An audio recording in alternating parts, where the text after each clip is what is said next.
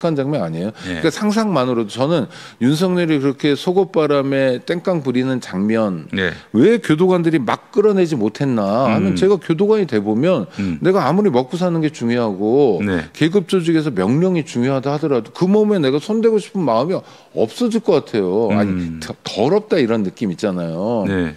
근데 그 더러운 장면을 인권연대는 정부나 기업의 지원을 사양하고 오로지 시민의 참여로만 운영하는 100% 순도의 민간 인권단체입니다. 네, 안녕하세요. 네, 국장님. 일단 조국 김어준? 저는 김건희. 그 얘기해 볼까요? 네. 뭐 아무거나 다 좋습니다. 그 조국 전 장관 정계 복귀는 어떻게 보셨어요? 저는 사실 잘 모르겠어요. 그러니까 일단 사면과 관련해서도 여러 가지 논란이 있고 그게 이재명 대통령의 지지율 하락도 가져왔는데 네. 조국 전 장관이 굉장히 억울하게 당한 측면이 있어요. 분명해요.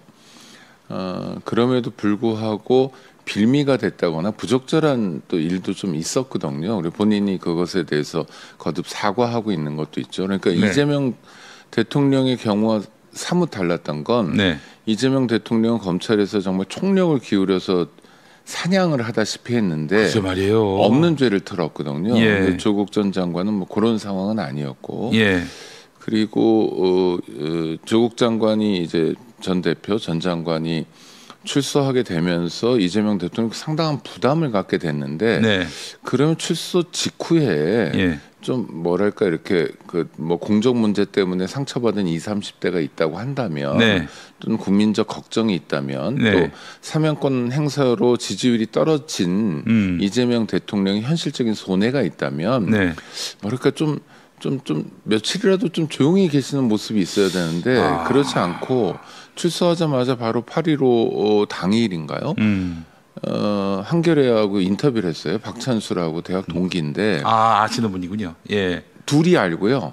예. 저는 둘 다 알고 그런데 둘이 대학 예. 동기예요. 하여튼 예. 박찬수 대기자라고 네. 한겨레에 오래 있었던 기자하고 인터뷰를 편집장도 했고 했어요. 그냥 그렇죠. 예. 네. 그리고 이제 김어준 씨랑 인터뷰도 했고 네. 아주 대놓고 작정하고 드라이브를 거는 거거든요. 근데 뭐 내년 6월 재보선이나 뭐 지방선거 어디 출마하든 또 네.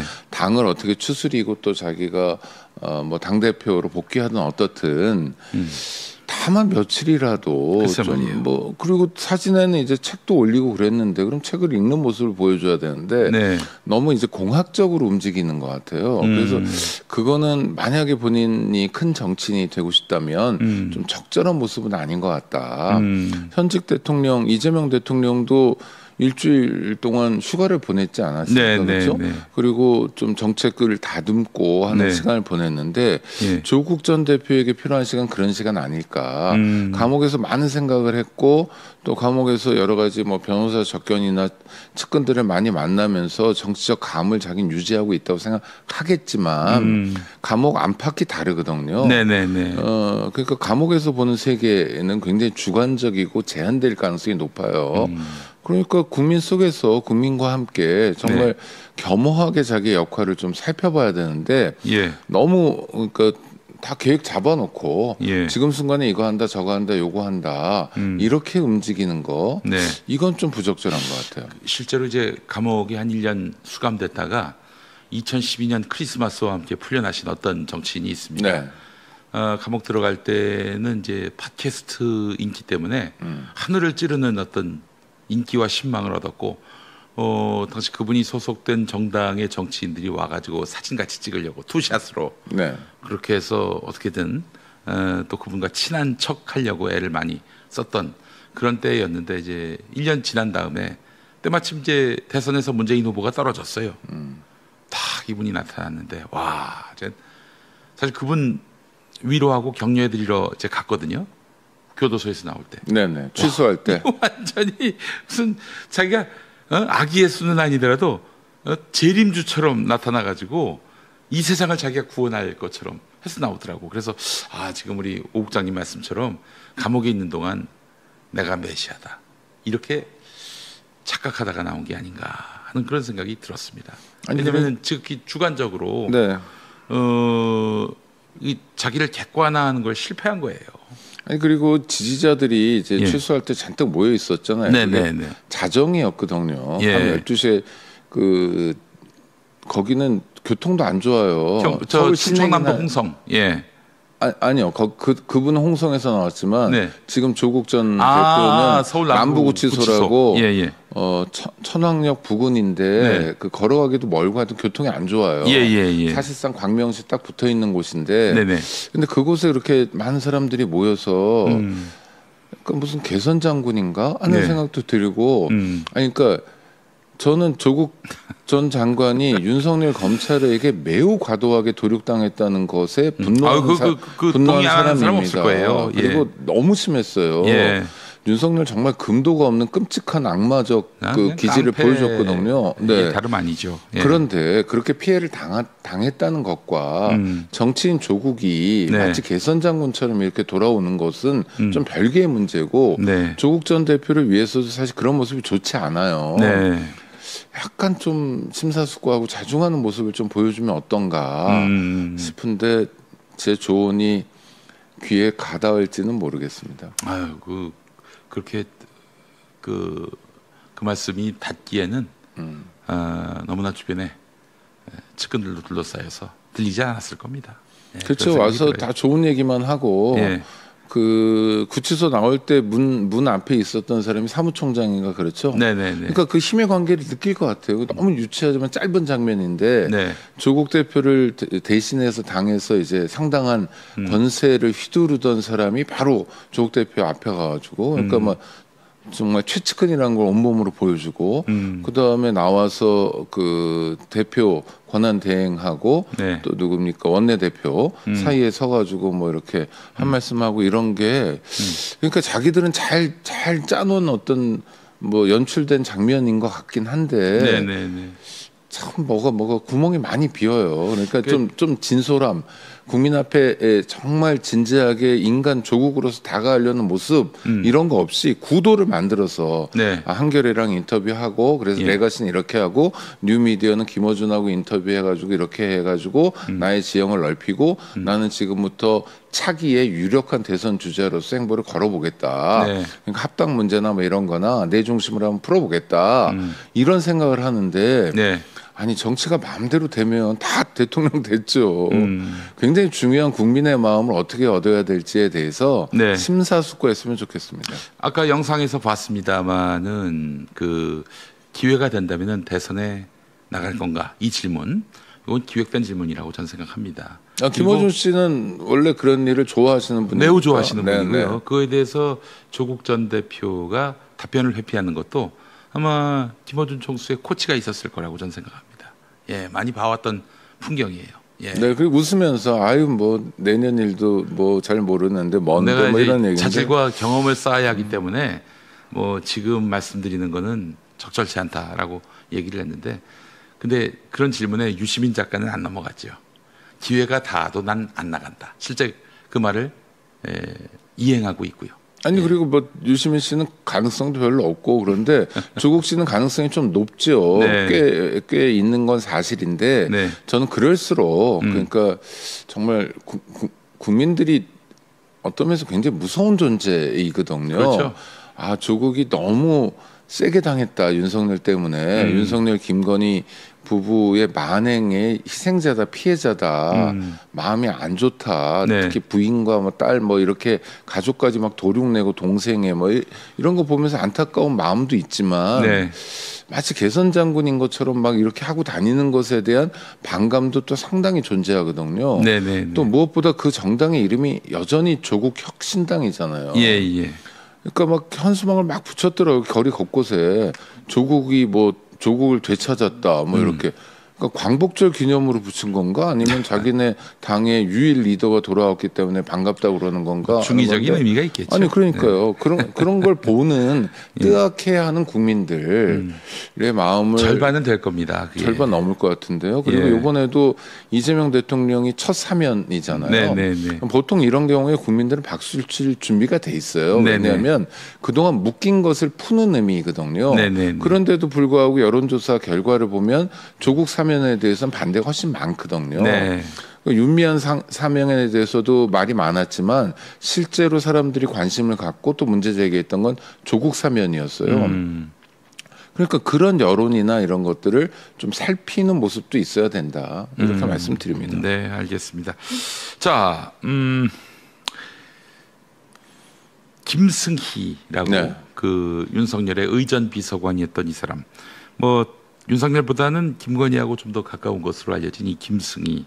이 사람의 그 자녀가 학교 폭력을 행사했다가 논란이 됐는데 이 시기와 맞물려서 김건희가 교육부 차관에게 전화를 한 것이 드러났습니다. 그러니까 도대체 김건희의 역할은 어디까지인가라고 민간인에 불구하고 경호를 받는 민간인 정도인데 뭐 무슨 그렇다고 뭐 형사소송을 피할 수 있는 그런 특권이 있는 것도 아닌데 말이죠. 그러니까 이제 학교 폭력 자체가 좀 굉장히 나쁜 폭력이었어요. 고약했어요. 네, 예. 그리고 이제 반복적이었고, 네. 그래서 아무리 좀 어린 학생이라 하더라도 그에 네. 대한 책임은 단호하게 물어야 되는 상황인데 네. 그걸 그냥 넘어가기 위해서 다른 사람도 아니라 대통령의 부인이 적극적으로 나섰고 교육부 차관과의 통화가 지금 한 번이 알려지고 있지만 사실 우리가 김건희에 대해서 다 아는 게 아니잖아요. 그렇죠. 드러난 것만 그렇다는 교육부 거죠. 차관하고만 뭐 전화를 했을까? 예를 들면 뭐 경찰이나 국정원이나 이런 쪽은 아니었을까? 또는 누군 아닐까? 뭐 하는 생각도 드는 거죠. 네. 근데 교육부 차관하고 알려진 통화에 의하면 8분 넘게 통화를 했다는 거거든요. 네네. 그걸 받고 있는 교육부 차관 입장을 생각해도 정말 답답한 모습이죠. 그리고 결국은 그 학폭에 대해서 무마에 성공했어요. 그러니까 정말 우리 아이들의 교실에까지 김건희의 더러운 손이 뻗치고 있었다. 그 표현 멋있네요. 예. 이건 너무 끔찍하지 않아요? 맞아요. 그러면 김건희가 그런 일만 했을까?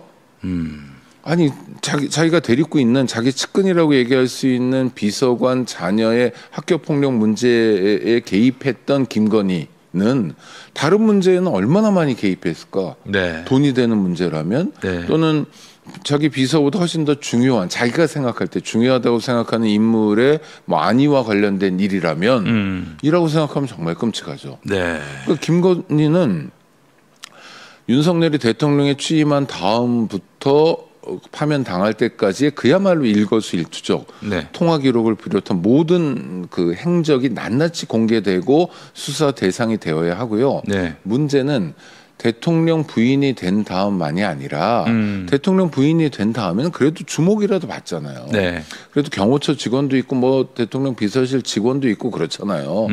그래도 상당히 공적 공간으로 들어온 거잖아요. 그러고도 저렇게 설쳤는데 아이고. 만약에 김건희가 그 이전이라면 야인 윤석열의 부인일 때 또는 검찰총장 부인일 때 서울중앙지검장 부인일 때 잘 나가는 특수부 검사의 부인일 때는 어떻게 설쳤을까? 이것도 저는 함께 들여다봐야 된다고 생각합니다. 예. 그러니까 김건희가 윤석열과 만난 다음 예. 여러 가지 방식으로 김건희식 플레이를 할 텐데 예. 그 플레이 중에 위법 부당한 일이 굉장히 많을 것 같고요. 네. 형사 처벌이 가능한 일도 무척 많을 거라고 생각합니다. 그러니까 특검을 연장하든 또는 뭐 어떤 특별한 수사 체계를 새롭게 만들든 간에 김건희의 범죄는 좀 낱낱이 파헤쳤으면 좋겠어요. 그래서 네. 다시는 우리는 박근혜 국정농단 이후에 다시는 이런 일 없을 거라고 생각했지만 네. 어떤 면에서 박근혜는 순진했고 어떤 면에서 최순실, 최서원은 야, 이건 뭐 아무것도 아닌 거 아니야라는 생각이 들 정도로 네. 윤석열, 김건희가 아주 센 모습을 보여줬잖아요. 네네. 도대체 그 끝이 어딘지도 모를 정도로 네네네. 그러니까 이건 정말 발본색원해야 됩니다. 네. 다시는 이런 일이 생기지 않도록 다시는 김건희 같은 망상에 사로잡힌 이상한 권력자가 나오지 않도록 해야죠. 알겠습니다. 김건희의 여죄를 따지는 것도 중요한데 전 김승희하고 김건희가 어떤 관계인지 이게 너무 궁금해요. 그러니까 궁금하죠. 저도 궁금한데 그런 관계를요. 김건희는 잘 맺는 것 같아요. 예. 건진법사가 그랬죠. 명태균이 그랬죠. 예. 또 김혜성이 그렇죠. 네. 그러니까 김건희는 여러 집사를 두고 있어요. 예, 대개는 남성들하고. 그렇죠. 예. 그다음 여성은 이제 뭐 파우치 뭐 이런 거나 하는 정도의 예. 아주 낮은 파트너고 예. 그러니까 이익을 공유하거나 하는 그렇죠. 거는 이제 남자들하고 하는데 네. 뭐 그게 뭐 글쎄 어떤 관계인지 모르지만 저는 이익을 공유하는 관계라고 생각합니다. 그러니까 김여성이 베트남에서 이제 저 여권 만기를 앞두고 바로 귀국할 때 네. 언론하고 인터뷰하기도 하면서 몇몇 이야기의 단서를 얘기하는데 그 중에 하나 집사라는 표현이 너무 불쾌하다 이런 얘기를 해요. 오. 그러니까 우리가 봤을 땐 집사인데 근데 자기는 집사는 아니고 사업 파트너다 뭐 이런 거고 또 하나 김건희에 대해서도 전 국민적 오해가 있는 것 중에 하나가 뭐 줄리다 어쩌다 이러면서 김건희 어떤 특정한 면 있잖아요. 조금 뭐 술집에 뭐 냄새가 나지 않나 이런 측면만 쳐다보는데 그게 아니라 김건희 일찍부터 어떤 수단 방법을 가리지 않더라도 돈이 있는 곳이 있다면 돈을 쫓는 일종의 브로커고 사업가 기질 이게 좋은 의미의 사업가는 물론 아닙니다. 뭔가 창조해내는 게 아니라 사기를 치든 뭐 주가 조장을 하든 어떻든 간에 돈을 쫓는 엄마 같은 사람이었다. 이게 아마 김건희에 대한 보다 정확한 분석이 아닐까 싶어요. 시엄마를 쏙 뺐어요. 그러니까요. 그래서 청출어람이죠. 엄마보다 더한 거죠. 엄마보다 핸들링한 돈도 아마 더 많을 것 같습니다. 네, 그런 의미에서 보면은 뭐 김건희의 뭐 알려지지 않은 사생활 이 부분은 그 김건희의 사업적 그 관계, 뭐 이런 뭐 브로커, 로비스트 그 역할 아래에 그렇죠. 그 하부의 그 변수일 뿐이지. 근데 대중의 관심은 무슨 아나운서가 나오고 뭐 검사가 나오고 이러니까 막 그런데 관심을 갖긴 한데 그다음에 뭐 성형 얘기도 있고 근데 성형 얘기를 들으면 이렇게 귀가 쫑긋하고 또 시선이 가긴 해요. 그러나 그건 김건희의 실체를 가리는 거라는 거죠. 그렇지. 김건희는 그거보다 훨씬 더 주도 면밀하게 국가를 동원해서 국가 공무원들을 동원해서 남편이 최고 고위 공직자에 있다는 거를 이용해 가지고 한 푼이라도 더 벌기 위해서 광분했던 그런 범죄자의 면모를 지니고 있거든요. 이게 김건희의 본질적 모습이죠. 백은종 서울의 소리 대표께서 하신 말씀이 정대택 회장 그 지금 수십 년 동안 최은순 일가와 아주 철저히 원수지간인데 그런 말씀을 하시더라고요. 정대택 회장의 불행의 원인은 최은순이 연애를 걸었을 때 응하지 않았기 때문에 이런 불행한 일이 발생하게 된 거다. 그러니까 이제 그 얘기는 연애가 중요한 게 아니라 사실 최은순이 왜 정대택 회장하고 이렇게 제휴하려고 했겠어요? 연애하려고? 아닙니다. 이거지 이거 코인. 그럼요.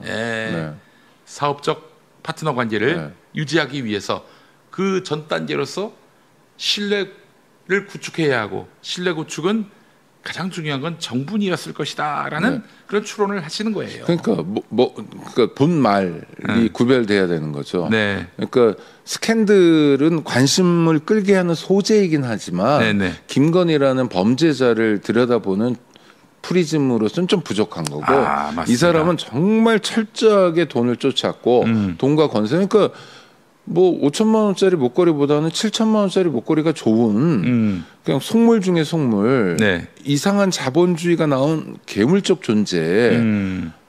그런데 그 괴물적 존재로서의 자기의 본성 속성을 충족해 나가기 위해 가장 좋은 게 검찰 권력이었다는 걸 깨닫고 검찰 권력으로 성큼 다가선 사람 이렇게 보는 게 마침내 하나 둘 성공하다 보니까 겁이 없어서 대권까지 노리게 된 그런 괴물로 보는 게 정확한 분석이 아닐까 싶습니다. 아주 정말 확실한 명쾌한 분석이셨습니다. 자, 장동혁을 요즘 많이 주목하게 됩니다. 연설하는 거 보니까 히틀러를 닮았다. 그렇게 평가하는 분도 있더라고요. 히틀러가 죽은 게 56세예요. 45년에 벙커에서. 장동혁 나이가 아마 56세쯤 된 것 같아요. 죽을 때가 됐다는 얘기는 아니고 근데 되게 유감스럽습니다. 왜냐하면 이분이 사실 지역구도 점잖은 동네고 서천 점잖은 동네잖아요. 이렇게 막 아웅다웅하고 막 소리 지르고 이런 동네하고는 좀 거리가 있어요. 한화 이글스를 배출한 동네 아닙니까? 그렇죠. 한화가 요새 성적을 좀 내긴 하지만 그래도 지난 20년 동안 얼마나 이타적인 팀이었는데 늘 져주고 뭐 다른 팀이 원정 오면 그래도 2승이라도 챙겨주고 막 이런 팀이었어요. 하나가. 저는 하나 이글스를 이름을 좀 바꾸어 하나 보겠다 보살스. 해서 네. 그렇죠. 네. 하나 보살스라고 해가지고 희생양, 내가 한번 뭐, 공모에 응해보려고 그랬는데 그 이름 바꾸겠다는 뭐 표명을 하지 않아가지고 응모할 기회가 없었습니다. 독수리의 면모를 전혀 갖고 있지 않은데 하여튼 지역도 그렇죠. 그러니까 서천 분들이 굉장히 젊잖아요. 이렇게 막 악쓰고 이런 거하고는 좀 거리가 멀어요. 또 네네네. 하나는 이 사람이 법조인이고 특히 예. 판사를 했잖아요. 네. 판사가 이렇게 선동 연설을 하는 거하고 좀 어울리지 않아요. 네. 그리고 저도 뭐 방송하면서 고정 출연을 했었어요. 제 프로그램에. 예. 그래서 자주 봤는데 아 장동혁이? 네네. 오, 그래서 그 평화 방송. 네네. 제법 점잖은 사람이었어요. 예. 그러다가 어느 틈에 내란 국면이잖아요. 원래 예. 이쪽 저쪽 줄 서다가 예. 한동훈계에 섰다가 이렇게 좀 아니다 싶어가지고 이제 말을 갈아타면서 예. 그때부터 정치적으로 좀 굉장히 쫄림 현상을 보이는 것 같아요. 예. 그러면서 갑자기 탈바꿈해가지고 막 가는 거거든요. 네. 이렇게 급히 변하면 안 되는데 이 사람을 이렇게 급히 변하게 한 이유가 뭘까? 저는 약간 의심하는 게 신앙의 힘이 아닌가? 그 기독교예요. 네, 요새 그런 얘기를 부쩍 하더라고요. 그래서 예.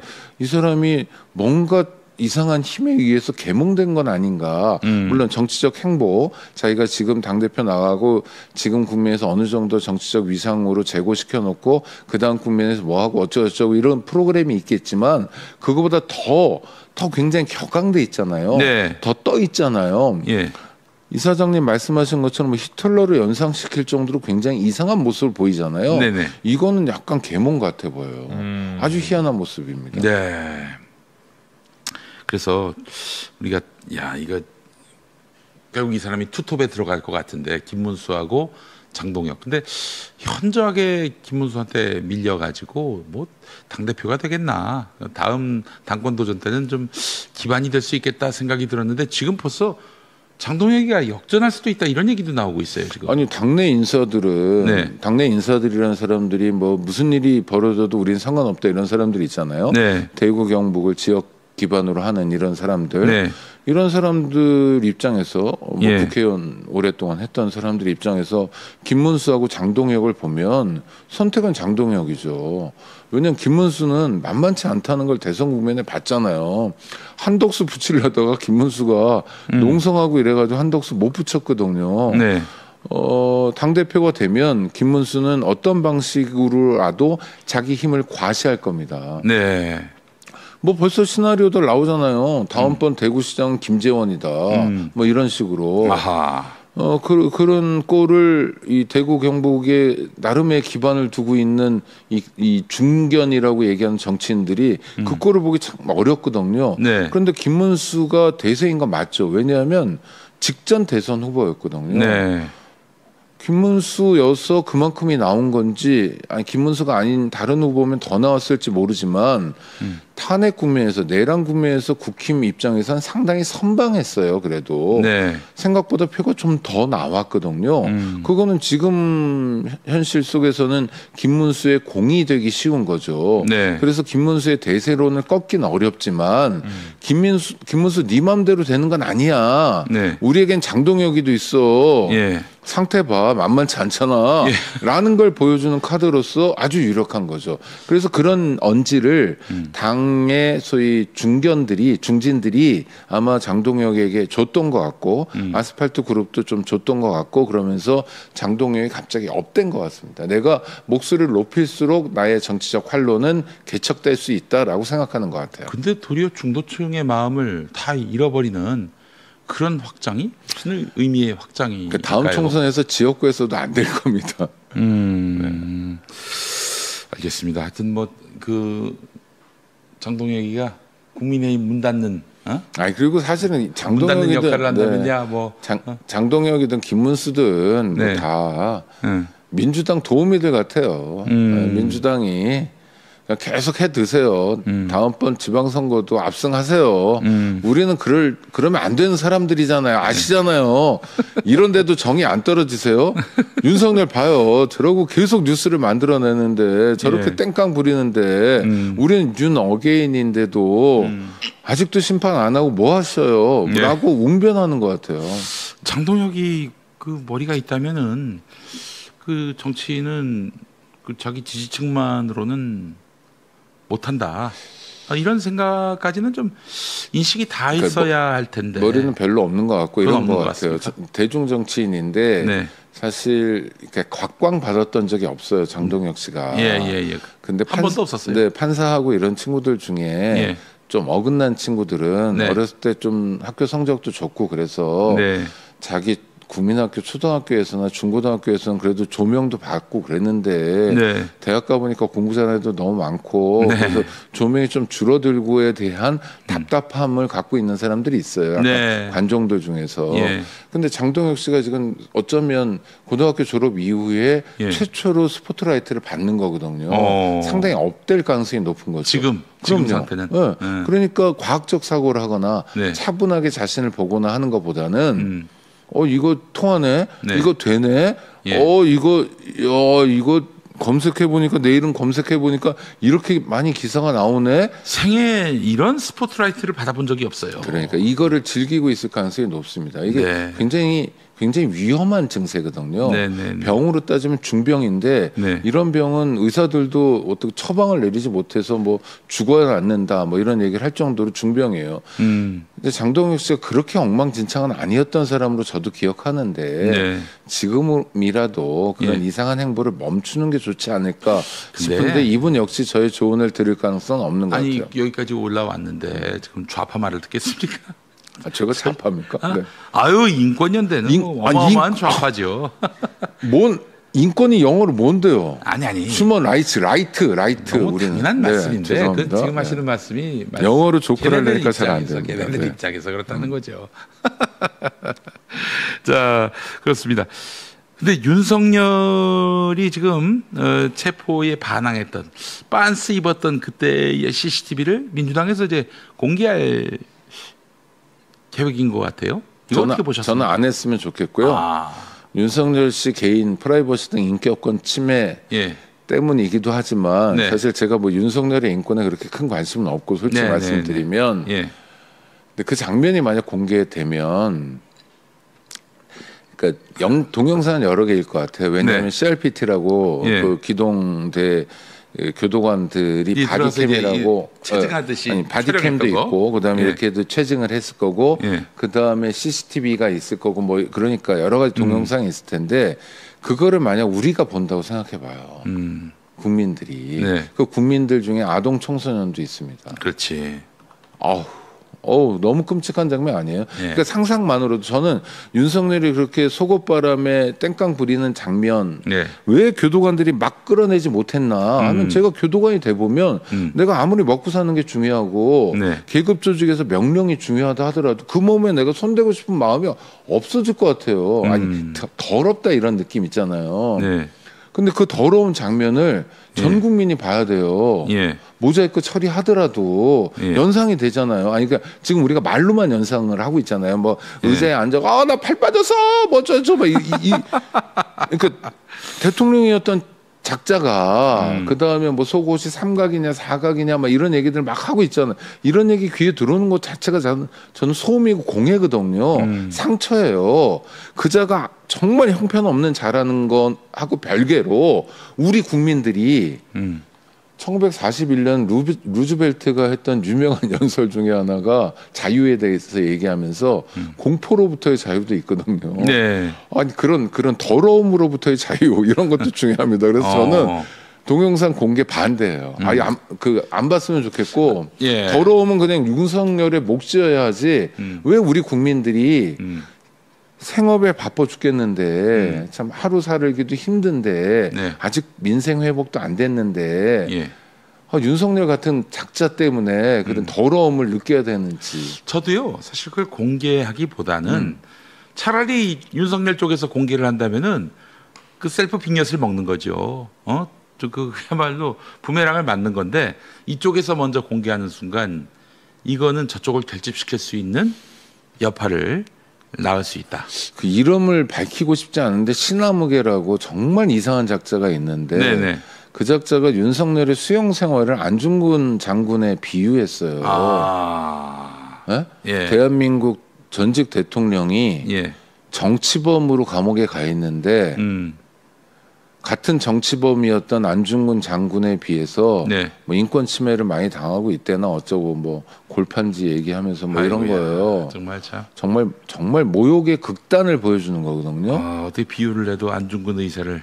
예. 아니 정말 안중근 장군이 어떻게 윤석열 같은 작자를 얘기하는데 끌려 나와야 됩니까? 맞습니다. 어떤 분인데 예. 진짜 뭐 그러니까 이것들은요. 심평이든 무슨 저 윤석열이든 김건희든 금도가 없어요. 아직 뭐 윤석열한테 빨아먹을 게 더 있어서 그런 얘기를 하는 건지는 모르겠습니다만은 저는 이제 이 빤스 차림, 이 저항 이거는 좀 과도한 측면이 있고 아무리 뭐 전직 대통령에게 초상권이 없다 하더라도 또 그 하는 행실이 이 그 인치를 하려고 하는 건데 그걸 거부하는 이 불법적 행위에 대한 어떤 이 실상을 국민들에게 공개하고 또 그자들이 뭐 무슨 부당한 행위를 당했다고 자꾸 이렇게 거짓말을 하고 있는데 이 실상을 보여드리기 위한다 하더라도 기본적으로 망신 주기 의도는 저쪽 편을 결집시킬 수 있는 그럼요. 기제가 아니, 되기 지금도 때문에 친아무개가 예.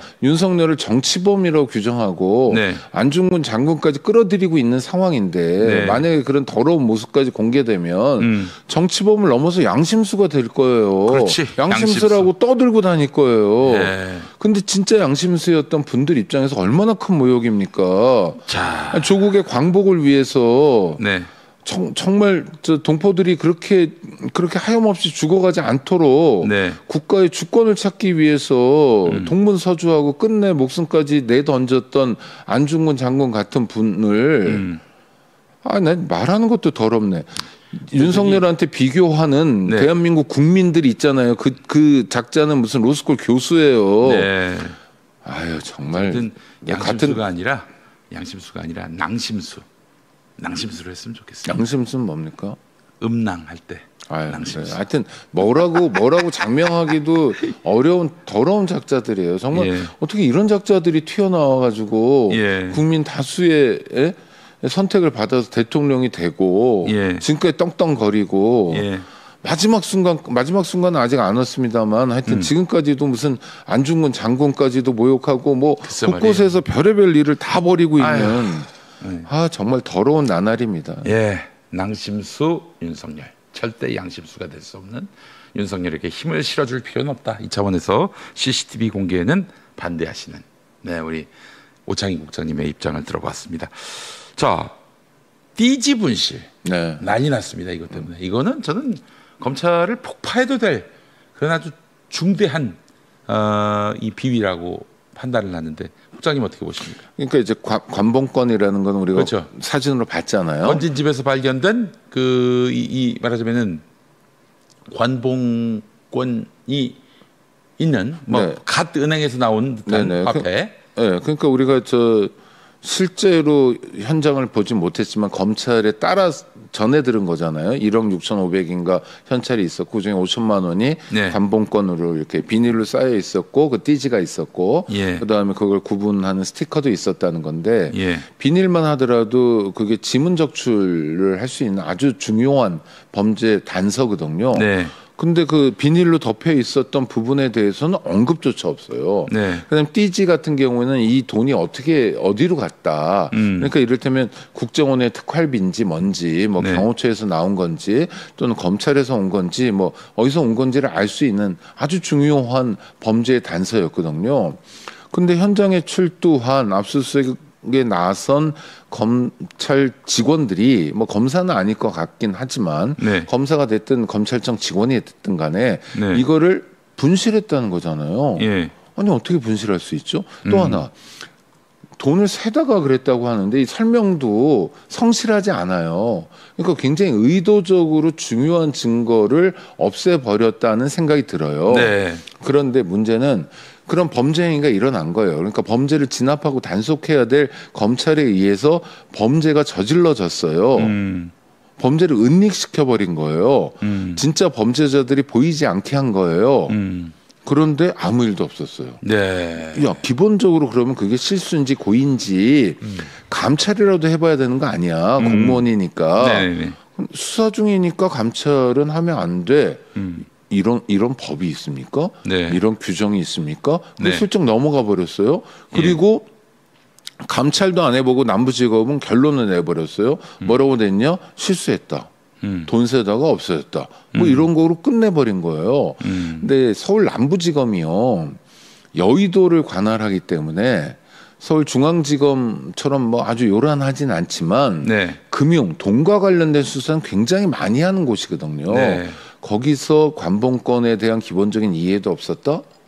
관본권에 빤히 묻어 있을 것 같은 지문, 그 비닐은 지문이 너무너무 잘 묻는데 그렇죠. 다른 곳이 아니라 그 지문 감식도 안 했다? 네. 띠지는 잃어버렸다? 네. 말도 안 되는 얘기예요. 네, 있을 수 없는 얘기. 이거는 법무부 장관 정성호 장관이 뭐 경로했다고 하는데 네.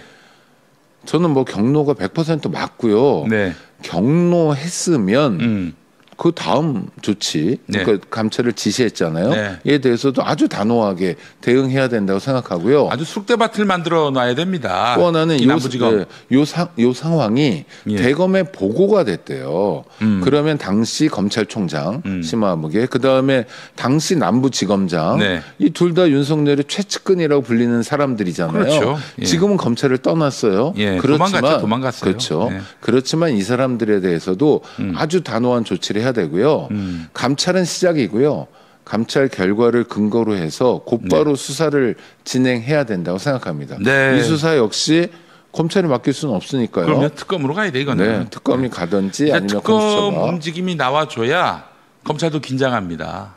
야 너희들이 우리 뭐 어떡할 건데? 뭐 이렇게 지금 나오는 것 같아요. 그래서 검찰도 마찬가지인 것 같아요. 정말 국민들에게 그러니까 시위를 하는 것 같아요. 이런데도 검찰 개혁을 안 하실래요? 네. 이런데도 일부에서 뭐 속도 조절론 이야기 하실래요? 검찰이 이렇게 엉망진창인데도 무슨 보안 수사권 얘기하실래요? 뭐 어쩌고저쩌고 하고 웅변하는 것 같아요. 네. 검찰을 해체해야 되는 이유를 매일처럼 웅변해주고 있습니다. 스스로 이제 그걸 입증하고 있는 상황이고요. 예. 그냥 넘어갈 일 아닙니다. 요거는 진짜 검찰 개혁의 호기가 아닐까 하는 생각이 듭니다. 지금은 뭐 경험이 별로 없는 입사한 지 얼마 안 된 검찰청 직원 새내기가 실수한 거야라고 프레임을 짠 것 같아요. 네. 근데 경찰도 그렇고 검찰도 그렇고 새내기일수록 어떻습니까? FM대로 하죠. 배운 대로 해요. 증거물에 대해서 다 배워요. 그 국면이 어떤 국면입니까? 윤석열 탄핵 국면인데 그때 윤석열과 오래도록 깊은 인연을 가졌고 권력형 비리를 저질렀을 가능성이 있어 보이는 의혹의 당사자를 상대로 한 수사인데 거기에 신참을 보내? 아니 신참이 갈 수 있어요. 근데 신참이 신참 지휘자가 있을 거 아닙니까? 그렇죠. 신참 한번 했을 리는 없을 거 아니에요. 그러니까 남부지검장하고 검찰총장이 했다고 보는 게 합리적인 거고요. 새내기일수록 FM을 하고요. 새내기일수록 훨씬 더 정석대로 접근하기 나름이거든요. 마련이거든요. 그러니까 그것에 대해서 지금 검찰을 일부에서 보여주고 있는 태도는 정말 부끄러움조차 모르는 종자들이다라고 말씀드릴 수밖에 없어요. 정말 용서할 수 없는 일이고요. 이 일을 계기로 해서 검찰에 대한 수술, 그래서 검찰 개혁의 동력으로 삼아야 할 필요가 있겠다, 그런 생각을 해봤습니다. 특검이 지금 한덕수를 불렀고요. 구속영장을 청구할 것 같습니다. 많은 증거가 수집됐다 이러고 있는데, 와, 공직생활 40년, 50년인가요? 57년인가 했다고 57년? 그러죠? 네. 와, 세상에. 소년 등과 했으니까 이 사람은. 제가 40년이라고 어제 어느 방송 가서 얘기했는데 정정하겠습니다. 50년이 넘었네요. 60년이 다 돼가는데 공직생활 60년의 결론이 내란이군요. 그러니까 반면교사 한덕수. 공무원 여러분, 아무리 잘 나가더라도 한덕수처럼 살면 말년에 저렇게 된다는 걸 보여주고요. 유인촌하고 전화했던 것도 끔찍한 얘기인데, 뭐 한예종, 뭐 이거를 신문 시설로 하려고 그랬던 거잖아요. 그러니까 한예종을? 네네. 한예종이 사람 잡아가지고 옛날에 저 국정원 저 별관인가 뭐 그랬거든요. 거기가 석관동 거기가. 그냥 단순히 뭐 계엄이라서 학교를 폐쇄하는 정도가 아니라. 한예종을 왜 폐쇄합니까? 한예종이 무슨 무슨 좌파 뭐예요? 그런 것도 아니니까. 네네네. 그러니까 옛날에 거기가 옛날에 시설이고 고문 시설이고 대학을 폐쇄했듯이 네네네. 그런 차원인 줄 알았더니 아니군요. 모든 대학을 폐쇄하지 않으니까. 네. 그러니까 그게 아니라 그 자기 머릿속에 옛날 사람이니까 거기가 국정원 분실로서 사람들 잡아다가 족치고 고문하던 곳이니까 거기를 학교를 비워가지고 거기다가 그러면 되지 않나라고 생각했던 거예요. 그러니까 무슨 얘기냐면 한덕수는 우리가 생각했던 것처럼 수동적이고 미온적으로 윤석열의 계엄에 대해서 마지못해 쫓아간 사람이 아니라 매우 적극적으로 열심히 자기 역할을 수행한 사람이었다라는 것이 유인촌과의 통화에서 드러나는 거고요. 네. 그러니까 이 사람은 정말 일벌백계 해야 될 사람입니다. 혼내야 합니다. 혼내줘야 진짜. 됩니다. 예. 이분도 들어가면 그냥 하여튼 나오지 못할 정도의 중형을 그렇죠. 선고받아야 된다고 생각하고요. 올해 나이가 이제 7순이 훌쩍 넘은 사람. 76이죠. 49년생. 예. 그래서 뭐 살아서 나오긴 쉽지 않아요. 아니 그러니까 자기 범죄를 자기가 아니까 네. 그걸 은폐하기 위해서 그렇게 국힘의 대선 후보라도 돼서 정치적으로 뭐 방패라도 하나 들어야 되겠다 했던 거잖아요. 살기 위해서 출마한. 그리고 생계형 대선 출마. 우리가 봤잖아요. 국회에서 김문수하고 둘이 앉아가지고 서로 막 노인네들이 막 뭐 이러고 네. 점잖은 척하면서도 사실 자기 욕구를 숨기지 않았던 네. 정말 민낯을 봤잖아요. 예. 대한민국 이렇게까지 엉망진창일 수는 없다. 예. 대한민국이 키운 공직자 아닙니까?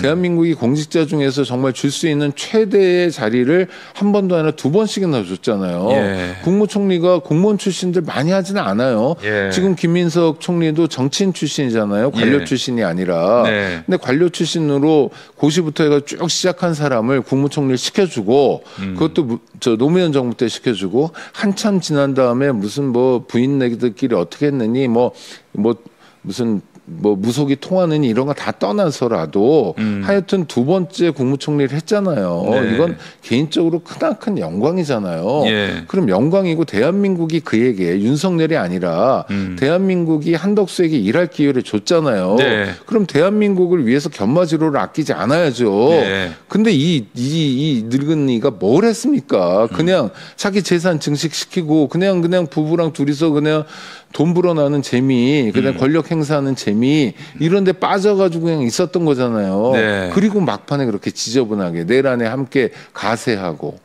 자기 범죄를 덮기 위해서 대선 후보가 되려고 그렇게 광분하고 네. 자기도 호남 사람이라고 그러고 사랑한다고 그러고 우리는 사랑해야 합니다. 자기 아유, 범죄 정말. 사실이 있지만 그래도 저를 사랑해 주세요. 이렇게 망월동에 얘기하는 거죠. 묻힌 민주 영령들이 얼마나 좀 모욕적입니까 그게. 한덕수의 사랑한다는 얘기 들으려고 민주주의를 위해서 싸우고 죽어갔던 건 아니잖아요. 글쎄 말입니다. 예. 왜 이 사람들은 정말 이렇게 그러니까 아무 상관없던 5.18 영령들 아무 상관없는 안중근 장군 이런 분들까지 다 모욕하죠. 못된 사람들이에요 정말. 용서할 수 없습니다 정말. 예. 그래요. 이제 한덕수에 대한 구속영장이 청구되고요. 뭐 그러면은 발부가 될 것은 확실하고. 네. 근데 헌법재판소에서는 과거에 한덕수에게 별 문제가 없었다. 이렇게 해서 그 당시 탄핵이 기각됐단 말이에요. 네. 이 부분도 그 헌법재판소의 탄핵소추는 형사 사건의 피자처럼 아주 엄밀한 형사적 증거들을 요구합니다. 수사를 할 수 있는 것도 아니고. 그런데 국회는 예. 탄핵 소추권은 있지만 예. 뭐 국정조사를 통해서 실체적 진실에 조금 다가갈 수 있지만 네. 수사처럼 강제 수사를 하거나 그래서 실체적 진실에 성큼 다가설 수는 없거든요. 네. 그러니까 국회의 탄핵 소추한 결과가 이를테면 특검의 공소장처럼 네. 정말 여러 강제 수사를 통한 증언들도 붙이고 증거들도 붙이고 이렇게 갈 수는 없는 거거든요. 그렇죠. 그래서 탄핵 소추가 안 됐어요. 예. 윤석열을 제외하고 나머지 사람들이 예. 그러나 수사를 통해 가지고 기소하고 그것을 통해서 유죄 판단을 받는 건 사뭇 다른 상황이거든요. 네. 이번에는 뭐 그리 어렵지 않을 거라고 봅니다. 예. 지금 나오잖아요. 조금씩 예. 유인촌하고 통화했다 뭐하라고 한혜종 폐쇄하라고 이런 것들이 좀 더 나올 거 아닙니까? 그거는 아마 특검이 뭔가 증거를 내밀었고 그럼요. 한덕수가 말을 안 할 수가 없어서 한 것 같고. 예. 근데 한덕수가 좀 더 적극적으로 윤석열이 한 일에 대해서 얘기한다면 자기 죄는 자동적으로 줄어들 텐데.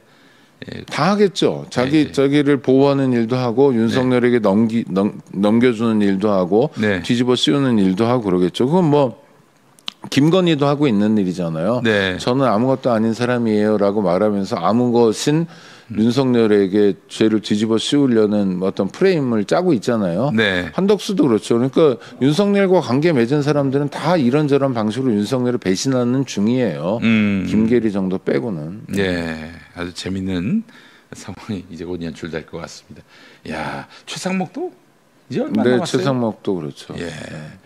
그리고 다른 국무위원도 뭐 박성재도 그렇고요. 그다음에 민정수석했던 김주현이도 그렇고요.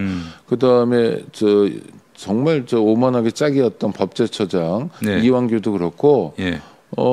요새 언론에 자주 등장하지 않아서 우리 구독자 여러분들이 잠깐 놓치고 있었을지 모르지만 이렇게 범죄자들이 꽤 많습니다. 이 사람들도 다 수사 대상이고요. 네. 그다음에 엄중한 심판을 받도록 해야죠. 예, 알겠습니다. 시간이 이제 점점 윤석열에게 심판의 시간으로 흐르고 있습니다. 네. 자, 오늘 오창희 국장님과 함께한 시간이었습니다. 국장님 너무 고생 많으셨고요. 자, 다음 주에 또 뵙도록 하겠습니다. 네, 고맙습니다. 예, 고맙습니다.